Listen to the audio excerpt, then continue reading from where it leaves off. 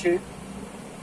वैसे तो खाने का महत्व हमारी हर बीमारी में ही बहुत ज़्यादा है, लेकिन दिल की बीमारियों के साथ हमारा खान पान और रहन सहन कुछ ज़्यादा ही जुड़ा हुआ है। तो आज हम उनके विचार जानना चाहेंगे कि खाने पीने में ऐसी क्या सावधानियां हैं जिनका हम ध्यान रखें जिससे हमारा दिल स्वस्थ रहे। मैं इनवाइट करता हूँ श्रीमती अर्चना गुप्ता जी को। मैम प्लीज आप अनम्यूट कर लीजिएगा।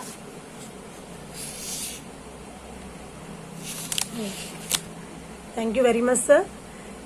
आप सभी लोगों का विश्व हृदय दिवस पर हार्दिक स्वागत है।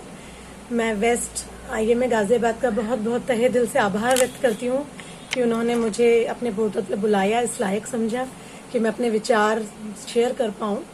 डॉक्टर पवन सर ने बहुत ही अच्छे से बताया कि अगर हृदय की बीमारी हो रही है तो हमें किन किन चीज़ों का ध्यान रखना है और हमें किस तरह से आगे प्रोसीड करना है।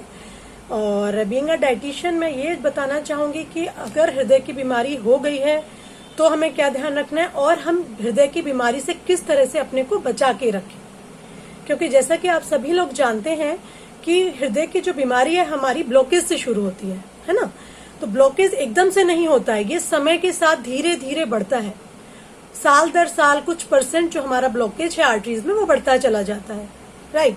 तो इस ब्लॉकेज को रोकने की कुछ कोशिश अगर हम शुरू से करते रहें, जैसा कि पवन सर ने बताया हमें शुरू में कि हमें कुछ चीजें करनी चाहिए रोज, लाइक फिजिकल एक्टिविटीज हो गई, स्मोकिंग से हम दूर रहें, हम अल्कोहल से दूर रहें, स्ट्रेस से दूर रहें और ओबेसिटी को ना आने दें अपने पास, क्योंकि ये 5 काम हम कर सकते हैं।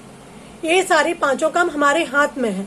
लाइफ स्टाइल मैनेजमेंट हम अपने आप कर सकते हैं। तो कोशिश यही रहे कि हमारा जो ये 5 चीजें हैं इनसे हम दूर रहें, क्योंकि इनका कोई फायदा नहीं है ना। ओबेसिटी को कम करने के लिए हम क्या कर सकते हैं और हम आगे हृदय को सुरक्षित रखने के लिए क्या कर सकते हैं, अब इस डाइट के ऊपर हम थोड़ी सी चर्चा करते हैं। सबसे पहले तो हम ये जान लें कि ओबेसिटी को मैनेज करने के लिए छोटा सा एक फॉर्मूला कि हम सबसे पहले कैसे जाने कि क्या हम ओबीज हैं या हम नॉर्मल हैं। तो उसका सबसे आसान तरीका है BMI कैलकुलेट करना। BMI कैलकुलेट करने के लिए हमें अपनी हाइट का पता होना चाहिए जो कि मीटर्स में हो और हमारे वजन का हमें पता होना चाहिए जो कि किलोग्राम में हो। तो BMI को जब हम कैलकुलेट करेंगे तो आपका जो वजन है वो ऊपर लिखेंगे और जो हाइट है उसको मीटर स्क्वायर करके हम उससे भाग दे देंगे। तो जो भी रिजल्ट हमारा आता है वो 19.9 यानी 19.9 से लेकर के 23.9 के बीच में अगर आता है तो वो हम हेल्दी हैं। और अगर हमारा BMI हेल्दी है तो हमें ज्यादा चिंता करने की जरूरत नहीं है। फिर हमें अपनी सुचारू रूप से अपनी जो दैनिक दिनचर्या है वो करते रहें और खान पान का ध्यान रखते रहें तो हम अपने आप को हृदय के रोग से बचा सकते हैं। लेकिन यदि हमारा जो BMI है इससे ज्यादा है तो हमें थोड़ा उसके हिसाब से कार्यक्रम करना होगा। यदि हमारा BMI नॉर्मल है तो हम क्या करें कि हमारा जो भी BMI आया है तो हम अगर नॉर्मल है तो पर kg बॉडी वेट के हिसाब से हम 25 से गुणा करेंगे तो हमारी कैलोरी की रिक्वायरमेंट आ जाएगी, राइट। जैसे कि अगर मान लीजिए मैं कहती हूँ कि मेरा 22 BMI आया और मेरा वजन है 60 किलो, तो हम उसे 25 से गुणा करेंगे तो मोटा मोटा जितना भी मेरा आता है उतनी कैलोरी की मुझे रिक्वायरमेंट है। अगर मेरा BMI इससे अधिक है तो हम अपनी जो कैलोरी की रिक्वायरमेंट है पर kg बॉडी वेट को हम 20 से गुणा करेंगे, यानी कि 5 किलो कैलोरी हम कम कर देंगे अगर हम ओबीज है या ओवरवेट है, ओबीज है तो ठीक है। और अगर हमारा अंडर वेट है तो 5 जो कैलोरी है बढ़ा देंगे, यानी उसका हम गुणा 30 से कर देंगे। तो इस तरह तो हमें पता चल जाएगी कि हमारी शरीर की रिक्वायरमेंट एनर्जी की क्या है। ये तो हमारा हुआ खाने पीने से संबंधित पहला फैक्टर। दूसरा फैक्टर हमारा आ जाता है कि बाकी की जो रिक्वायरमेंट है हमारी खाने पीने की, वो हमें क्या खाना है और कितना खाना है। तो नॉर्मल रूटीन में बैलेंस डाइट में हमें अपने 5 फूड ग्रुप्स पर ध्यान देना होगा। 5 फूड ग्रुप्स की अगर हम बात करें तो सबसे पहला फूड ग्रुप हमारा आता है अनाज, जिसमें हमारे चावल भी आ जाते हैं, हमारे गेहूं भी आ जाता है और हमारे मोटे अनाज भी आ जाते हैं। पहला जमाना था कि जब हम ज्यादातर या तो गेहूं खा रहे थे या चावल खा रहे हैं, लेकिन यहाँ अगर हम देखें मेट्रो सिटीज में खासकर तो हम मिक्स कल्चर में जीते हैं, है ना। हम चावल भी खाते हैं, हम गेहूं भी खाते हैं और हम बाकी की कुछ अनाज, मोटे अनाज पर भी आजकल हम ध्यान दे रहे हैं, जैसे जौ हो गया, बाजरा हो गया, रागी हो गया। तो इन चीजों का समावेश भी हम अपने अनाज में करें। तो सीरियल्स की जितनी भी रिक्वायरमेंट हमारी बॉडी के हिसाब से है उसके अकॉर्डिंगली हम इसको खाएं। ठीक है। सेकंड चीज हमारा जो फूड ग्रुप आ जाता है वो है पल्सेस। पल्सेस जो है हमारी, वो सभी तरह की दालें और सोयाबीन, इससे हमें मिलता है प्रोटीन। प्रोटीन भी बहुत जरूरी है हमारे शरीर के लिए, तो उसकी रिक्वायरमेंट हमारी इनसे पूरी हो जाती है। जो लोग टोटली वेजिटेरियन है, जो लोग नॉन वेजिटेरियन है, उनकी जो रिक्वायरमेंट है वो आपकी कुछ मिल्क प्रोडक्ट से, आपके एग से और आपकी फिश एंड चिकन यानी लीन मीट से पूरी हो जाती है। रेड मीट को खासकर हृदय के लिए हम लोग अवॉइड करने के लिए बोलते हैं। रेड मीट में क्योंकि सैचुरेटेड फैट की मात्राएं ज्यादा है, तो उन्हें हमें बिल्कुल भी नहीं खाना है। तो इस तरह से हमको उस चीज का बैलेंस लेकर के चलना है। अगर हम दूध की जैसे मैं बात करूं, तो दूध में हमारी कोशिश ये रहनी चाहिए कि हमें फुल क्रीम दूध नहीं लेना है बिल्कुल भी, हमें लो फैट मिल्क लेना है। ओके, हम टोन मिल्क ले सकते हैं, हम डबल टोन मिल्क ले सकते हैं और हम स्किम मिल्क को यूज कर सकते हैं। एक आम औसत आदमी जो कि एडल्ट हो चुका है, या जो इसके लिए हृदय की रोग की संभावना है, या जिनको हृदय रोग है, तो अगर वो लोग टोन्ड मिल्क ले रहे हैं तो 200 ml तक मिल्क उनके लिए सफिशिएंट है। अगर वो लोग डबल टोन्ड या स्किम मिल्क ले रहे हैं तो 400 ml तक सफिशिएंट है। तो मिल्क की जो भी मात्राएं हैं, उस मिल्क को आप पनीर के फॉर्म में, दही के फॉर्म में, छाछ की फॉर्म में, जिस भी तरीके से आपको पसंद है, आप उस तरीके से उसका इस्तेमाल करेंगे। ठीक है। नॉन वेज आइटम की अगर हम बात करें, तो हम पूरे हफ्ते में देखें तो 2 सर्विंग्स फिश या चिकन वो हम ले सकते हैं, इससे ज्यादा ना लें, और 2 सर्विंग्स हम ले लें एग की। That's enough. क्या चीजें नहीं लेनी है इसके ऊपर अभी मैं थोड़ा सा आऊंगी बाद में। फोर्थ हमारा आ जाता है फ्रूट्स एंड वेजिटेबल्स। जैसा कि हम सभी बात कर रहे हैं कि हमें हेल्दी रहने के लिए फाइबर्स की बहुत ज्यादा जरूरत है, तो जितना ज्यादा फ्रूट्स एंड वेजिटेबल्स आप लोग खाएं उतना अच्छा है। हम आम भाषा में कहीं तो 4 से 5 सर्विंग हम दिन भर में फ्रूट्स एंड वेजिटेबल ले सकते हैं, अगर हमें डायबिटीज नहीं है तो। अगर आपको डायबिटीज एंड किडनी की कोई परेशानी है तो अकॉर्डिंगली हमें थोड़े से वेरिएशन इसमें भी करने होंगे। ठीक है।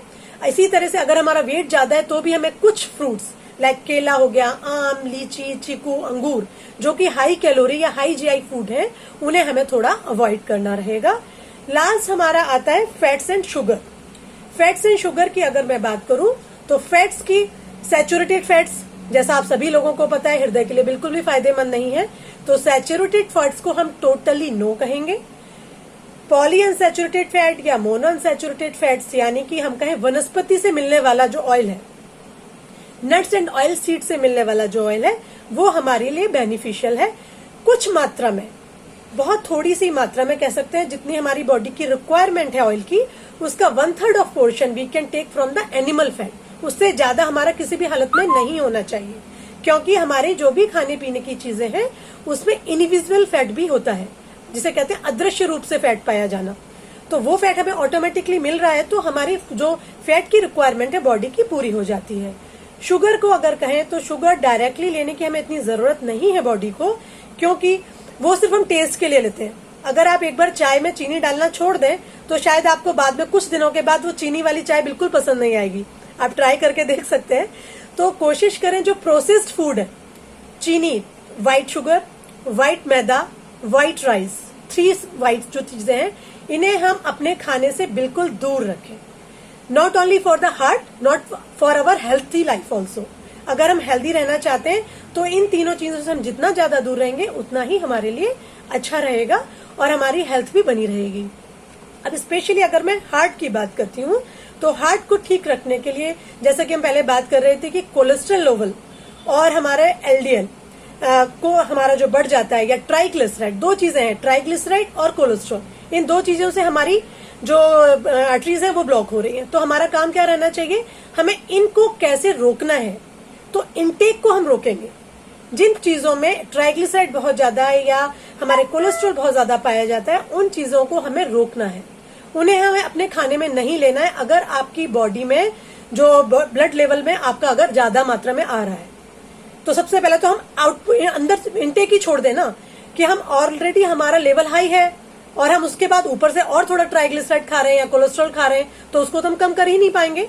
तो बेस्ट ऑप्शन ये क्या है कि हम कम से कम तेल, कम से कम इस तरह के खाना पीने की चीजें खाएं जिनमें ये दोनों चीजें पाई जाती हैं। दूसरा हम क्या करेंगे कि हम थोड़ी सी एक्सरसाइजेज और फिजिकल एक्टिविटी के थ्रू इन चीजों को रिमूव कर सकते हैं। तीसरा हम क्या करेंगे, जो खाने में चीजें हैं कुछ, लाइक जो फाइबर रिच फूड्स हैं, क्योंकि फाइबर रिच फूड हो गए हमारे, या फोलेट रिच फूड है, या omega 3 fatty acid rich foods हैं, ये हमारे कोलेस्ट्रॉल लेवल को कम करने में हेल्प करते हैं।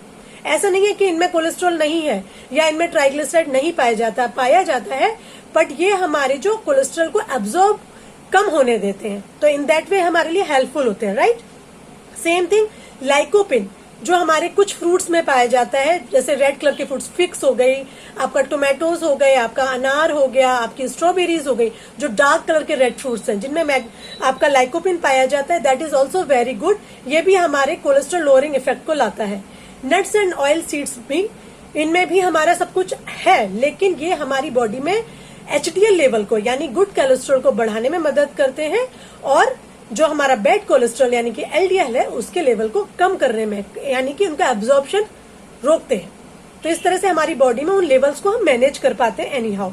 सेम थिंग अगर हम तेल की बात करें तो कुछ तेल ऐसे अच्छे तेल हैं जिनमें स्टेरॉल्स और स्टेनॉल्स पाया जाता है, जो कि अगेन हमारे कोलेस्ट्रॉल को एब्जॉर्ब करने में लोअरिंग इफेक्ट करता है। तो हमें खाने पीने में इस तरह की चीजों का इस्तेमाल करना है जो हमारे फूड से ट्राइग्लिसराइड और कोलेस्ट्रॉल के एब्जॉर्प्शन को कम करे, और जो कि फाइबर रिच फूड हो, फोलिक एसिड रिच फूड हो, मैग्नीशियम रिच फूड हो, लाइकोपिन रिच फूड हो, तो जिससे कि हमारी बॉडी की स्ट्रेंथ बढ़े, राइट, मस्कुलर स्ट्रेंथ बढ़े, और हम अच्छी तरीके से अपनी फिजिकल एक्टिविटी को जब सक्सेसफुली कर पाएंगे तो ऑटोमेटिकली हमारी बॉडी की स्ट्रेंथ अपग्रेड हो जाती है, राइट।